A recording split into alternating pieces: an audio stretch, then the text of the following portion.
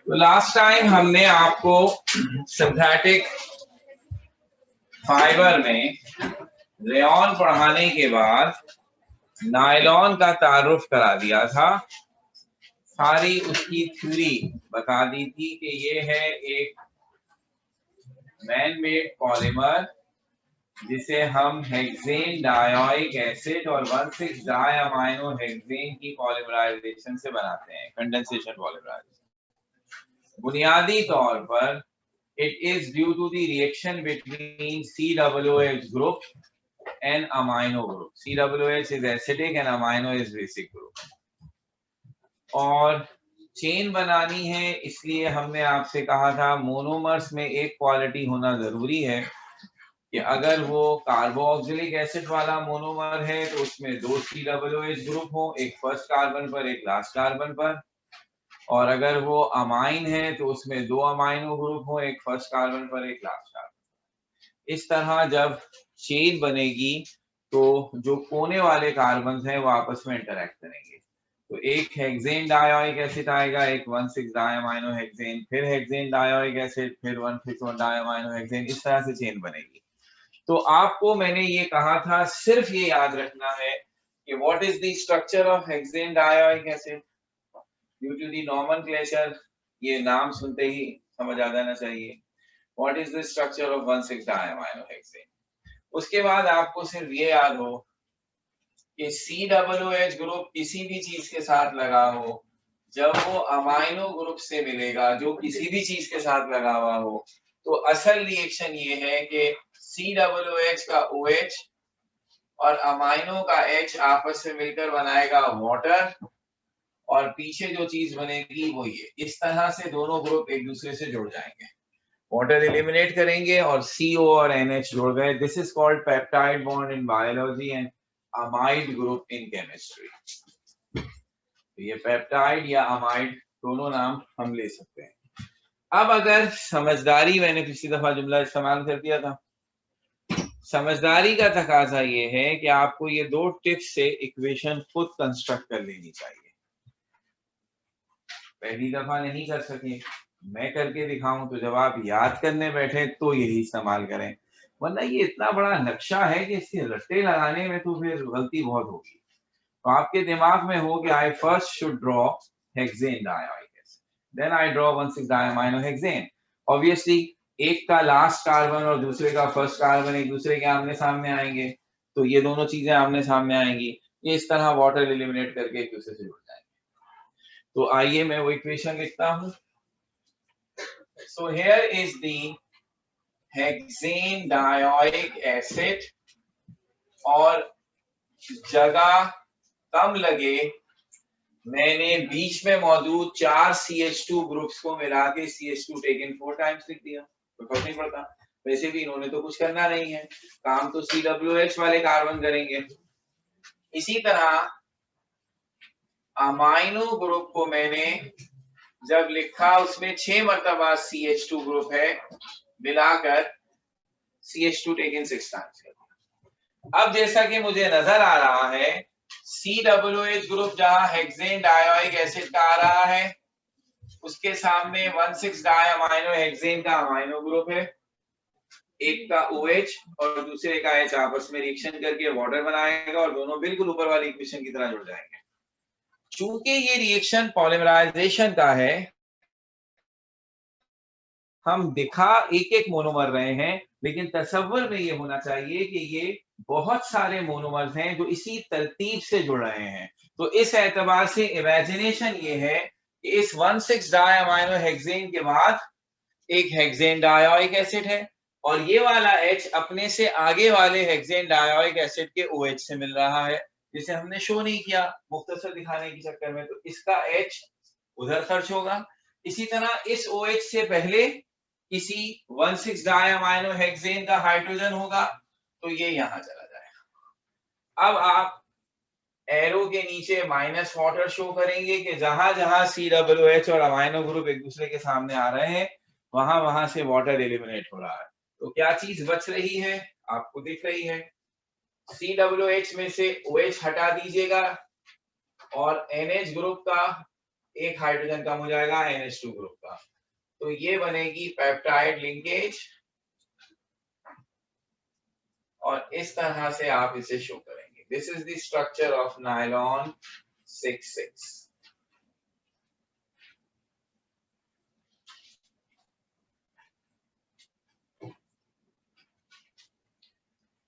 जब तक ये मोनोमर है, एक के फंक्शनल ग्रुप में NH2 ग्रुप है और दूसरे के फंक्शनल ग्रुप में COOH है। जब ये आपस में जुड़ेंगे तो COOH का OH हटा दीजिए और NH2 ग्रुप में से एक हाइड्रोजन हटा दीजिए। अब जहां जहां NH2 ग्रुप ने आना था वहां NH हो जाएगा और जहां जहां COOH ने आना था वहां सिर्फ C और डबल बॉन्ड हो रह जाएगा, खुद ब खुद ये स्ट्रक्चर बन जाएगा। मैंने किताब में भी यही किया, step by step synthetic polymers को डिस्कस किया है। पहले रेयॉन का तस्करा किया जो सेमी सिंथेटिक था, जिसमें इंसानों का एफर्ट ये था कि उन्होंने बने बनाए नेचुरल पॉलीमर के साथ कुछ प्रोसेस करके उसे डिफरेंट शक्लों में कन्वर्ट किया और धागों की डिफरेंट टाइप्स बनाई। लेकिन उसमें चूंकि मेन काम पॉलीमर का था और पॉलीमर तो हमने नेचुरल उठाया, इसलिए हम उसे 100% सिंथेटिक पॉलीमर नहीं कह सकते थे। हम ये कह सकते थे कि हमने नेचुरल पॉलीमर के साथ कुछ अपनी केमिस्ट्री लगाकर आधा हमारा और आधा नेचुरल काम है। और फिर उससे हिम्मत बंधी तो हमने ये वाला काम किया जिसमें प्योरली सारा काम हमारा है, हम ही ने पॉलीमर बनाया। हाँ, अब यहाँ अगर इल्जाम लगता है तो सिर्फ एक कि जो आइडिया है वो कॉपी है। हमने इसमें वही पेप्टाइड लिंकेज बनाई अपने तरीके से जो प्रोटीन्स में होती है, इसलिए ये भी पॉलीपेप्टाइड्स कहलाते हैं, प्रोटीन्स भी पॉलीपेप्टाइड्स कहलाते हैं। और ये करते हैं हम कि प्रोटीन्स को कहते हैं नेचुरल पॉलीपेप्टाइड्स और इनको कहते हैं सिंथेटिक पॉलीपेप्टाइड्स। अब जब ये भी काम हो गया तो हमारी हिम्मत और बढ़ी और हमने ये सोचा कि जिस तरह COOH और NH2 ग्रुप आपस में रिएक्शन करते हैं और उसकी वजह से पॉलीमर बन गया है, तो हम अगर फंक्शनल ग्रुप चेंज कर दें, कोई और फंक्शनल ग्रुप वाले कंपाउंड में आए, तो क्या उनसे भी पॉलीमर बन जाएंगे? तो यहाँ भी रिस्पांस पॉजिटिव आया। तो इसके बाद तो फिर हमने समझिए जुमा बाजार खोल दिया है, फिर तो कोई भी फंक्शनल ग्रुप उठा लें। सिर्फ शर्त क्या रखी गई, आपके मोनोमर्स में फंक्शनल ग्रुप 2 दफा होना चाहिए, एक फर्स्ट कार्बन पर एक लास्ट कार्बन पर, तभी वो जंजीर में आ सकेगा। वो लेफ्ट से भी जुड़ेगा, राइट से भी जुड़ेगा, और फंक्शनल ग्रुप कुछ भी हो। तो अब जो तीसरी और सबसे मशहूर एग्जाम्पल है इस सेंस में कि पाकिस्तान के टेक्सटाइल इंडस्ट्रीज में वो धागा यूज होता है, क्योंकि हमारे चैप्टर का नाम केमिकल इंडस्ट्रीज इन पाकिस्तान है, ऑल ओवर द वर्ल्ड नहीं है।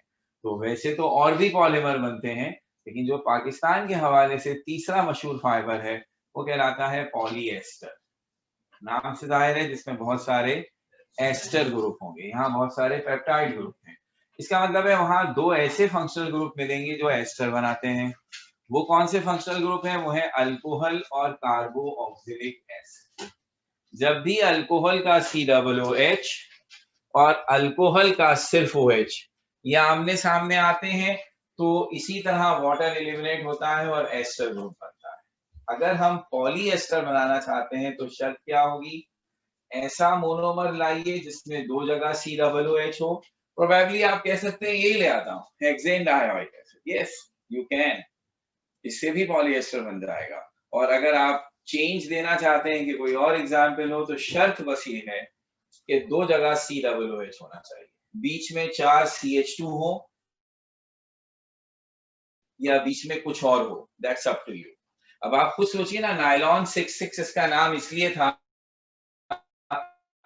कि इसमें भी 6 कार्बन है, इसमें भी दफा बना था, वो ये वाला था, इसलिए इसकी एग्जाम्पल दे दी। लेकिन जब ये बन गया और हमें अंदाजा हो गया कि काम तो फंक्शनल ग्रुप्स ने किया है, जो CH2 है उनका तो कोई रोल नहीं है। उनका रोल ये है कि अगर आप इन CH2 की तादाद को कम या ज्यादा करेंगे तो उससे बनने वाले नायलॉन की कुछ फिजिकल प्रॉपर्टीज में वेरिएशन आ सकता है।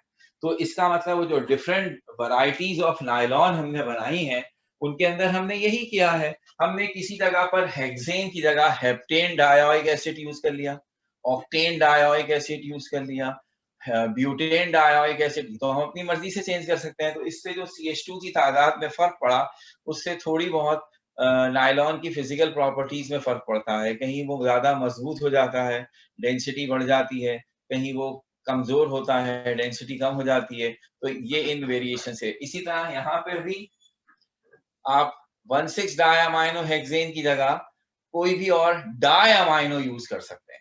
आप 1,4 डायअमाइनो ब्यूटेन यूज कर लें, आप 1,10 डायअमाइनो डेकेन यूज कर लें, तो this is up to us. तो नायलॉन की जो डिफरेंट वैरायटीज हैं वो इसी बेस पर है और हम उसी हिसाब से इसके नाम के आगे नंबर चेंज कर देते हैं। तो अगर हमने कहा नायलॉन 6,7 तो पहला वाला नंबर कार्बोक्सिलिक एसिड है, दूसरा वाला नंबर अमाइन के लिए है। तो इसका मतलब है कार्बोक्सिलिक एसिड तो आपने वही यूज किया, लेकिन अमाइन आपने 1,6 डायअमाइनो हेप्टेन यूज कर दिया, तो उसका नाम हो गया नायलॉन 6,7। नायलॉन 7,7 दोनों में 7 कार्बन, नायलॉन 8,8 दोनों में 8 कार्बन। इस तरह बहुत सारी वैरायटीज बनी। अब हम जो बनाने जा रहे हैं पॉलीएस्टर, उसमें एक तो डायोइक एसिड ही रहेगा। अब वो कौन सा हम यूज करवाते हैं देख लेते हैं, लेकिन वो डायोइक एसिड होगा, उसमें 2 COOH। दूसरा वो कंपाउंड होगा जिसमें 2 OH ग्रुप होंगे, डायोल, IUPAC के एतबार से अल्केन डायोल, जिसमें 2 OH ग्रुप होंगे। तो कोई सा भी डायोल और कोई सा भी डायोइक एसिड यूज करके हम पॉलीएस्टर बना सकते हैं। Again there are possibility of several polyesters. यहां हम उसमें से कोई एक example for the sake of example कर रहे हैं, तो वो कौन सी है? Let's see. The third one is Dacron और टेरिलीन, ये दोनों इसी के नाम है और ये एक पॉलीएस्टर है। It is the copolymer of adipic acid, it is copolymer of terephthalic acid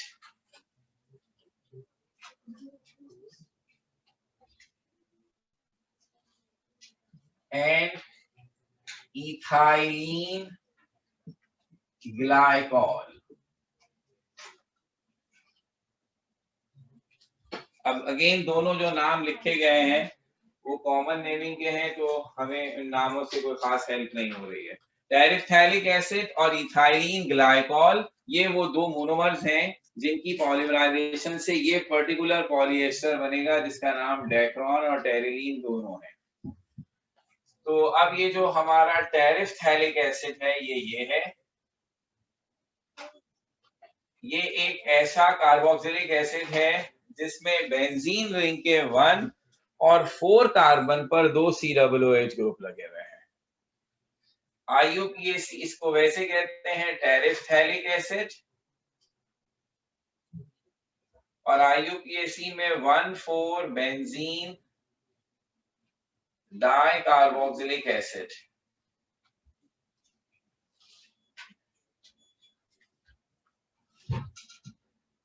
again ये नाम मैंने लिख तो दिया आपके लिए, लेकिन हमने इस हद तक का कॉम्प्लिकेटेड कंपाउंड अपने नॉमेनक्लेचर में नहीं किया था, तो this is a new entry you कह लीजिए।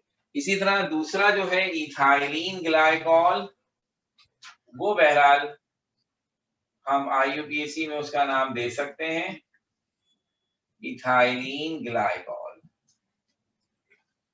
और अगर आप ट्राई मारते हैं तो ये नाम होगा 1,2-ईथेन डायोल या ईथेन 1,2 डायोल। तो अब जैसा कि हमारी शर्त पूरी हो रही है, एक में 2 जगह COOH ग्रुप है, दूसरे में 2 जगह OH ग्रुप है।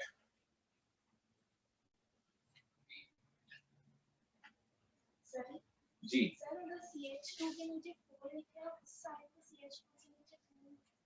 उस साइड पे CH2 के नीचे 2 लिखा है, जो कि मेरी गलती है, ये 4 ही है। बिल्कुल सही पॉइंट आउट किया आपने।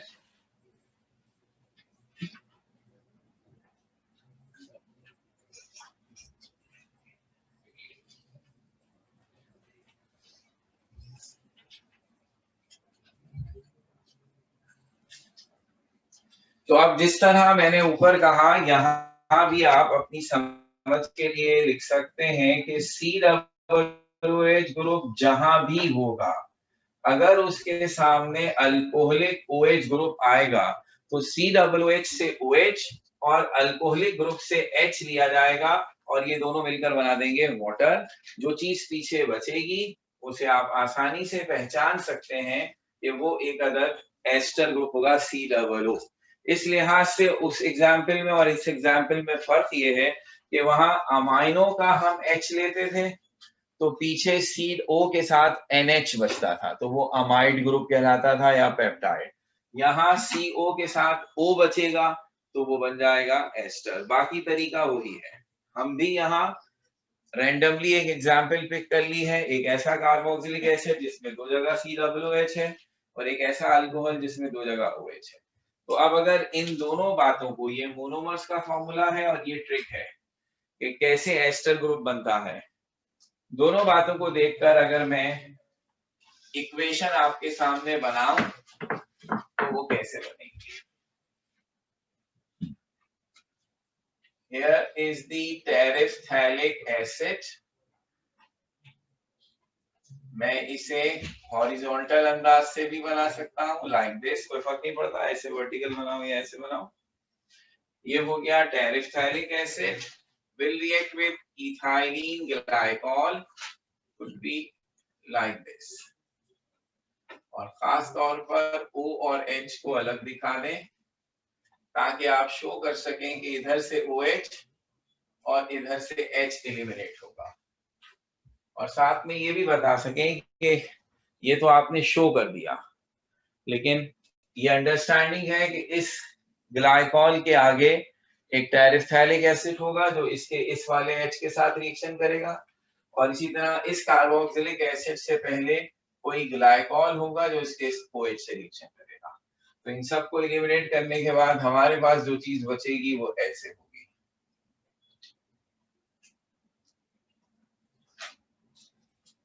Here is the ester group। This is called dacron or terine।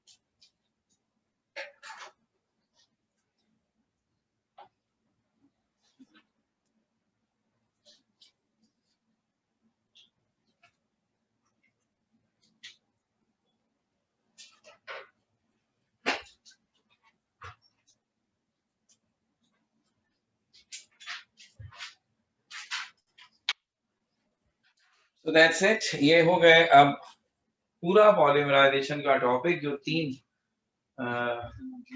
हिस्सों में डिवाइड था। तो एक पॉलीमराइजेशन का सवाल आता है चैप्टर 6 के रेफरेंस से, या फिर 2 इंडस्ट्रीज हैं प्लास्टिक और फाइबर, और अब आपने देख लिया कि अब आपके पास टोटल 4 एडिशन पॉलीमर्स की एग्जांपल है, पॉलीथीन, पॉलीविनाइल क्लोराइड, पर्सपेक्स और पॉलीविनाइल एसीटेट, और 3 को पॉलीमर्स हो गए बेकलाइट, नायलॉन और डेक्रॉन। जबकि एक और कह लें, रेयॉन में बेसिकली हमने पॉलीमराइजेशन नहीं कराई, बने बनाए पॉलीमर से काम चलाया, तो उसको भी अगर कंसीडर कर लें तो मामला 4 साल गोल से बराबर हो जाएगा। ठीक है ना। तो अब ये पूरा हिस्सा खत्म हो गया। अहम चीज है क्योंकि इस 3 में से कोई एक आ जाता है जरूर, तो पॉलीमराइजेशन की एंट्री पूरी हो जाती है। अब चूंकि हमने 2 इंडस्ट्रीज वो पढ़ ली जिसमें इक्वेशंस थी, जिसमें केमिस्ट्री नजर आ रही थी, तो जो बाकी की 4 इंडस्ट्रीज हैं उसमें जरा केमिस्ट्री कम है, उसमें जनरल बातें ज्यादा हैं कि इंडस्ट्रियल पॉइंट ऑफ व्यू से क्या चीज बनती है। तो अब वो देखें तो उसमें हमारी हमारी तीसरी हो जाएगी, बुक के लिहाज से पहली थी वो, और वो थी फर्टिलाइजर्स। जाहिर सी बात है, पाकिस्तान चूंकि एग्रीकल्चरल कंट्री है, पाकिस्तान के रहने वाले लोगों में ज्यादातर लोगों का ऑक्यूपेशन एग्रीकल्चर से एसोसिएट है, तो फिर जो सबसे ज्यादा इंडस्ट्री, लीडिंग इंडस्ट्री कहलाएगी, उसका ताल्लुक भी उसी सेक्टर से होगा। तो फर्टिलाइजर्स अब हम पढ़ने जाते हैं, उसमें क्या क्या बातें हमें करनी है।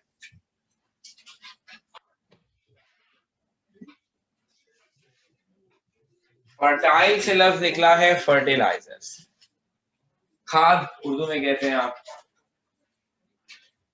ये वो मट्टी है जो पौधे की ग्रोथ में हेल्प करती है। तो अब सिलसिला इस बात से शुरू होता है कि पौधों को ग्रो करने के लिए, उनकी ग्रोथ के लिए कुछ न्यूट्रिएंट एलिमेंट्स हैं, एसेंशियल एलिमेंट्स हैं जो चाहिए। लिस्ट तो थोड़ी बड़ी है, लेकिन जो मेन 3 एलिमेंट हैं जिन्हें हम पौधों की ग्रोथ में वाइटल मानते हैं, वो है नाइट्रोजन, फास्फोरस और पोटाशियम। इसके अलावा कैल्शियम, मैग्नीशियम, सल्फर वगैरह भी थोड़े बहुत चाहिए होते हैं, लेकिन मेन ये 3 है। पौधा उस मट्टी में ग्रो करेगा जिससे उसे ये 3 एसेंशियल एलिमेंट्स मिले। अब एलिमेंट्स मिले का मतलब ये नहीं है कि उसे नाइट्रोजन गैस दे दें आप, हवा में मौजूद है खुद ही लेता रहे। नहीं, इसका मतलब है अब आप वो मैकेनिज्म सोचिए जिससे ये एलिमेंट पौधों में दाखिल हो सकते हैं। तो उन्होंने कहा उसका तरीका ये है कि आपके पास इन तीनों एलिमेंट्स के सॉल्युबल कंपाउंड्स होने चाहिए, वाटर सॉल्युबल कंपाउंड्स, क्योंकि पौधा अपने न्यूट्रिएंट एलिमेंट्स को अपनी रूट्स के जरिए एब्जॉर्ब करता है सॉल्यूशन फॉर्म में। हम पौधों को पानी देते हैं, तो उसका मकसद पौधों को पानी पिलाना नहीं है, नहीं चाहिए उन्हें कोई पानी वानी। उसका मकसद है कि जो पानी जिस मट्टी में दिया जाए, उस मट्टी में नाइट्रोजन, फास्फोरस और पोटेशियम के सॉल्युबल कंपाउंड होने चाहिए। आपके दिए हुए पानी में वो डिसॉल्व हो जाएंगे और पौधा अपनी रूट्स के जरिए उनके सॉल्यूशन को एब्जॉर्ब करेगा। इस तरह उन पौधों में ये नाइट्रोजन, फास्फोरस और पोटेशियम अपने सॉल्युबल कंपाउंड्स के जरिए एब्जॉर्ब हो जाएगा। फिर अंदर केमिस्ट्री होती रहेगी। उन्हें नाइट्रोजन चाहिए ताकि वो उससे अमाइनो ग्रुप बनाए और प्रोटीन्स बनाए। उन्हें फास्फोरस चाहिए ताकि वो फॉस्फेट बनाए, वो उनके डीएनए का एक हिस्सा है। उन्हें पोटेशियम चाहिए, वो फ्रूट्स और फ्लावर मेकिंग में काम आता है। सो ये जो भी अंदर केमिस्ट्री और बायोलॉजी होती है वो बात की कहानी है, लेकिन ये 3 चीजें हमें प्रोवाइड करनी है थ्रू फर्टिलाइजर्स। डे 1 से जब इंसान दुनिया में आए हैं, एग्रीकल्चरल पेशे से वाबस्ता रहे हैं, क्योंकि हमारा फूड का सोर्स यही है, पौधे उगाओ और खाओ। तो उस वक्त कौन सी केमिकल फर्टिलाइजेशन होती थी भाई? जरूरत नहीं थी। मट्टी खुद ही बहुत जरखेज थी, अनटच थी ना, तो न्यू ब्रांड थी, यूज ही नहीं हुई थी। हमने एक दफा क्रॉपिंग की, उसमें जितने न्यूट्रिएंट एलिमेंट्स थे उनका कुछ हिस्सा यूज हुआ, फसल तैयार हुई, हमने काटी और खा ली। इंसान भी कम थे, दोबारा उसी मट्टी पे दोबारा ग्रो कर दिया, फिर हो गई। बहुत है न्यूट्रिएंट एलिमेंट, लेकिन 1 2 3 दफा बाद कुछ तो कमी आ गई होगी ना, तो फिर उस जमीन पे तो नहीं उग रहा होगा। तो एक ऑप्शन, बराबर में दूसरी जमीन पे शुरू हो गए। उस जमाने में तो लोग रहते भी नहीं थे एक जगह, माइग्रेट करते थे। एक जगह उनको लगी कि अब इसमें हमारे लिए ग़िज़ा नहीं है, दूसरी जगह चले जाओ। या फिर उन्हें ये सिखाया गया कि जो भी आपका वेस्ट है, अगर आप उसे दोबारा मट्टी में डंप कर दें तो वो फर्टिलाइजर बन जाता है। 100 साल पहले तक, जब तक केमिस्ट्री ने फर्टिलाइजर्स नहीं बनाए थे, हजारों साल तक हम यही तरीका लगाते रहे। जानवरों और पौधों को हम, पौधों से जो हमें फल और सब्जियां वगैरह मिली, उनके छिलके और कचरा जो है वो दोबारा रिसाइकिल होकर खाद बनता है। जानवरों का वेस्ट, मैन्योर या गोबर जिसे आप कहते हैं, वो दोबारा fertiliser, and that is the best fertiliser. हमें चाहे घिन आ जाए सुनकर या कुछ हो जाए, लेकिन हकीकत ये है कि वो गोबर के पोपले जो आप देखते हैं अपने गांव देहात में, उससे जो खाद बनती है वो सेहत वाली खाद है, क्योंकि वो नेचुरल है। उसमें कोई हार्म नहीं है और वही हम हमेशा से खाते पीते रहे। सिर्फ एक डिसएडवांटेज हो गया, और वो डिसएडवांटेज ये हो गया कि दुनिया में आबादी बढ़ गई तो क्रॉपिंग एरिया कम हो गया, क्योंकि लोगों ने घर बनाने शुरू कर दिए। पूरा महमूदाबाद 50 साल पहले खेत था। जब अंग्रेज यहाँ से गए थे तो उस इलाके में खेत थे और गटर बागीचा था वहां। गटर बागीचे से मुराद ये थी कि कराची भर का जो वेस्ट आता था उसको उस जगह लाया जाता था और वहां उसके पानी से हम खेत उगाते थे। एक यहाँ था, एक पाक कॉलोनी में था। दोनों आबादी बढ़ने की वजह से उनका पता ही नहीं है वो कहाँ है, और वैसे हम रहते हैं उसके ऊपर। तो ये सिस्टम था 50-60 साल पहले तक था। उसमें ड्रॉबैक ये आया कि क्रॉपिंग एरिया कम, इंसानों को भी तो रहना है ना भाई, तो इसलिए वो जगह कम हो गई, नंबर 1। नंबर 2, इस नेचुरल फर्टिलाइजर का सिर्फ एक डिसएडवांटेज था, और वो ये था कि इसकी वजह से क्रॉपिंग का रेट स्लो था। 6 महीने में एक फसल उगती है, साल में 2 दफा आप फसल उगाते हैं।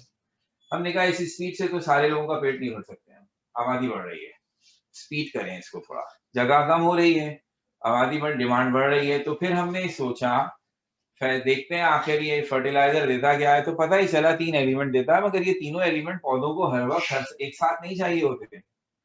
इनिशियल स्टेज पे जब पौधा उग रहा है उसे नाइट्रोजन चाहिए, मिडिल स्टेज पे जब वो अपने स्टेम और ब्रांचेस बना रहा है उसे फास्फोरस चाहिए, फाइनल स्टेज पे जब वो फ्लावर या फ्रूट तैयार कर रहा है तो पोटेशियम चाहिए। नेचुरल फर्टिलाइजर में ये तीनों चीजें एक साथ मौजूद हैं। तो शुरू के पीरियड में नाइट्रोजन यूज होता है, बाकी ऐसी पड़े रहते जगह घेर के। तो अगर हम एग्रीकल्चरल सेक्टर में मौजूद फार्मर्स को थोड़ा सा पढ़ा दें और उन्हें ये कहें कि जब फसल उगाना शुरू करो तो सिर्फ वो फर्टिलाइजर डालो जिसमें नाइट्रोजन है, टारगेटेड काम हो जाएगा, स्पीड भी प्रोसेस की तेज हो जाएगी और जगह भी वेस्ट नहीं होगी, जो भी मिट्टी आप डालेंगे वो यूजफुल होगी। मिडिल स्टेज पर अब आप फॉस्फेट फर्टिलाइजर डालिए और फाइनल पे पोटेशियम। नतीजा ये हुआ कि अब हम कई इलाकों में साल में 3 और 4 फसलें उगा लेते हैं, प्रोसेस तेज हो गया, number of plants per unit area में वो भी बढ़ गए, हमारा मसला हल हो गया। तो केमिकल फर्टिलाइजर्स ने हमारा डिमांड वाला मसला हल कर दिया। लेकिन जैसा कि हम हमेशा कहते हैं, जहां आप नेचुरल साइकिल ब्रेक करते हैं वहां प्रॉब्लम्स उठाते हैं।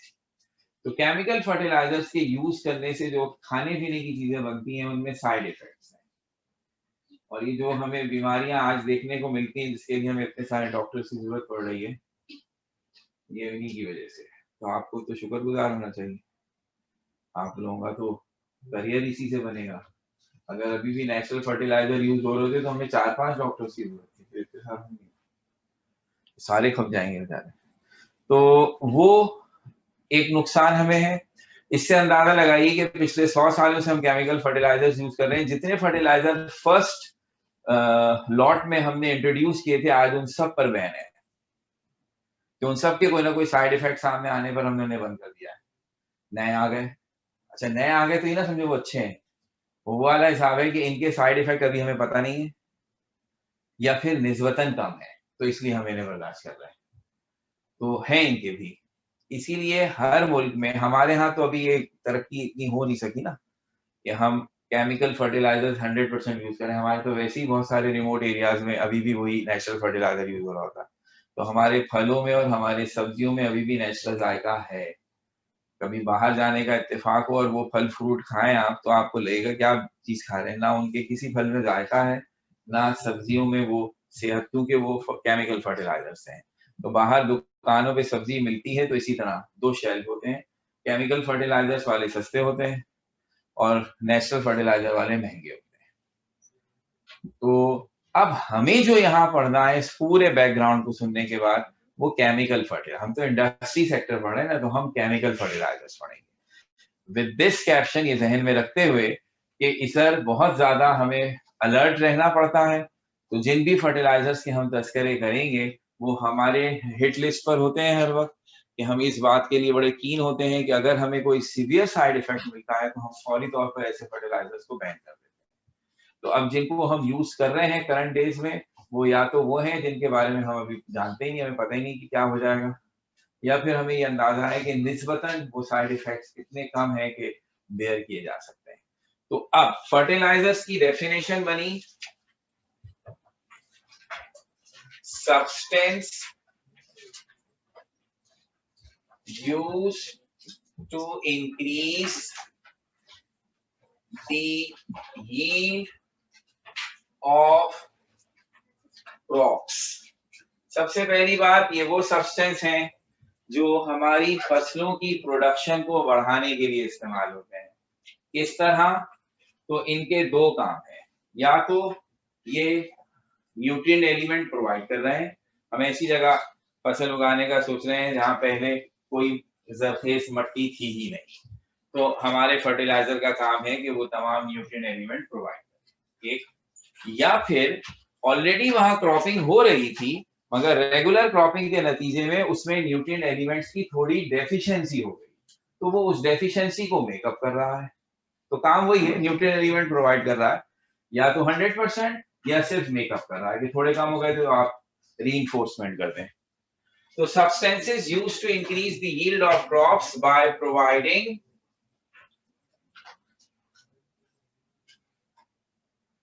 nutrient elements and or making up the deficiencies of soil caused by regular cropping। So substances used to increase the yield of crops by providing nutrient elements or making up the deficiencies of soil caused by regular cropping।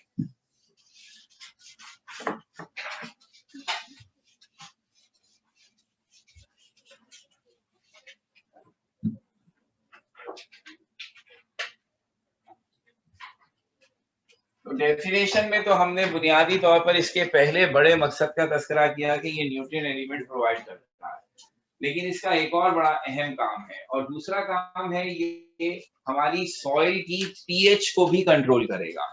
पौधों को उगाने के लिए soil में जहां nutrient element हो, वहां एक और बड़ा अहम फैक्टर है कि पौधे अपनी जड़ों से इन एलिमेंट्स के सॉल्यूशन को एब्जॉर्ब करें। इस एब्जॉर्प्शन के फिनोमेने में पीएच बड़ी इंपॉर्टेंट है।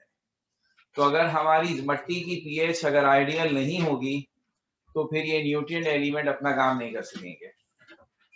तो आइडियल पीएच क्या है? आइडियल पीएच है न्यूट्रल।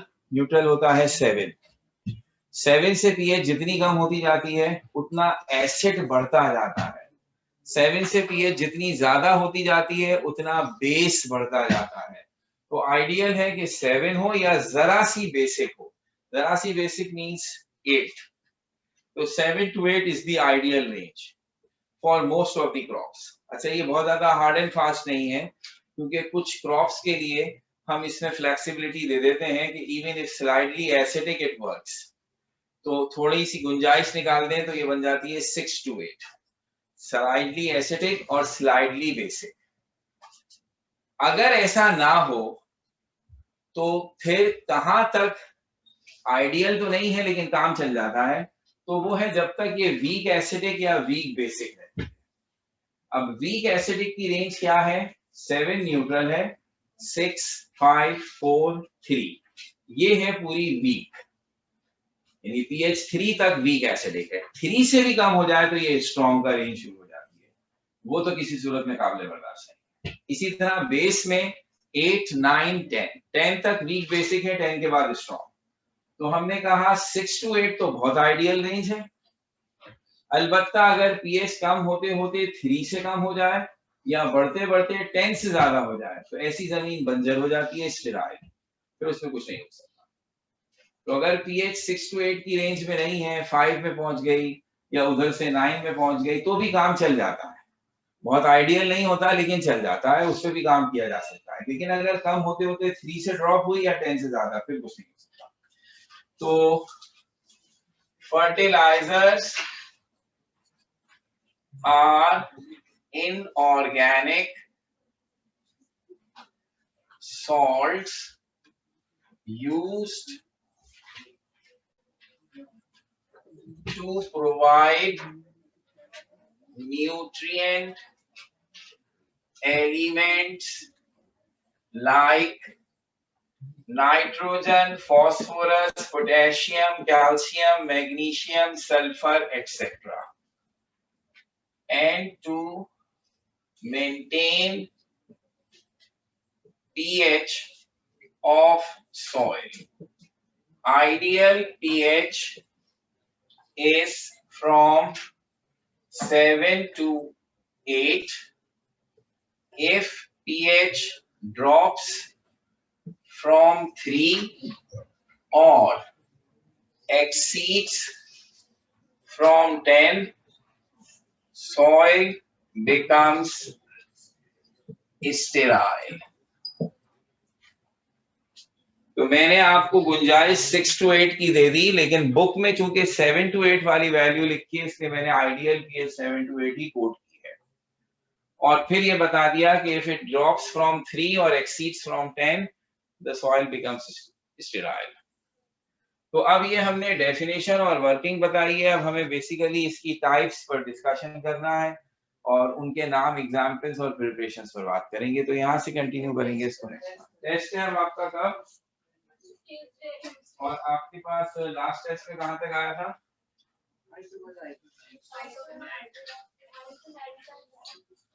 आइसोमर्स बनाए थे हमने। तो अब आपके पास